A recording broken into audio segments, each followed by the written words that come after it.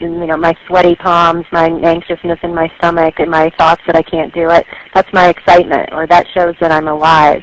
And it's just to expect, if we stop the minute our palms start to sweat or we get a knot in our stomach about something, we're going to just not live life. It's not really fully being alive.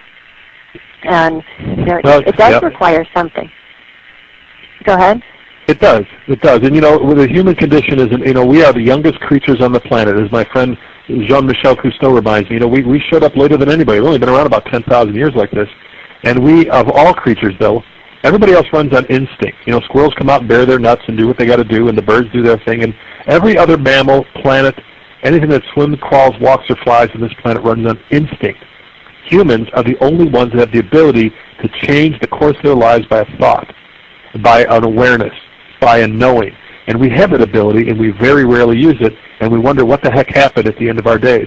As I said before, just because your name's not in the obit page doesn't mean that you're not going to die at some point, but you can start living from this point to that point like you never had before by just asking yourself better questions, being able to grab onto the answers and live them the best you can.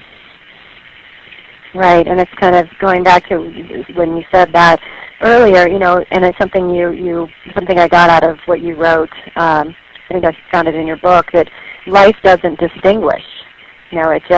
Life will life us, regardless of who we are or what we're up to. And like you said about John Denver, you never know. And so it's just the challenge to get out there and live this life in the best way you can. And again, it can be, it can be just being kind to people. Take that on. Get out there and be kind to people. Be kind to yourself first, and then be kind to other people. Whatever the expression is fine. And we all have a different expression. And like you said, different people have different roles. We can't all be doing the same thing. The stage would be too crowded if all of us needed to be on stage. There'd be nobody in the audience. That's right. Well, we're almost at the top of the hour, and I wanted to, again, thank you so much for being here. And it's been such a pleasure. And finding you was one of those opportunities again in my life, and a coincidence, I think not.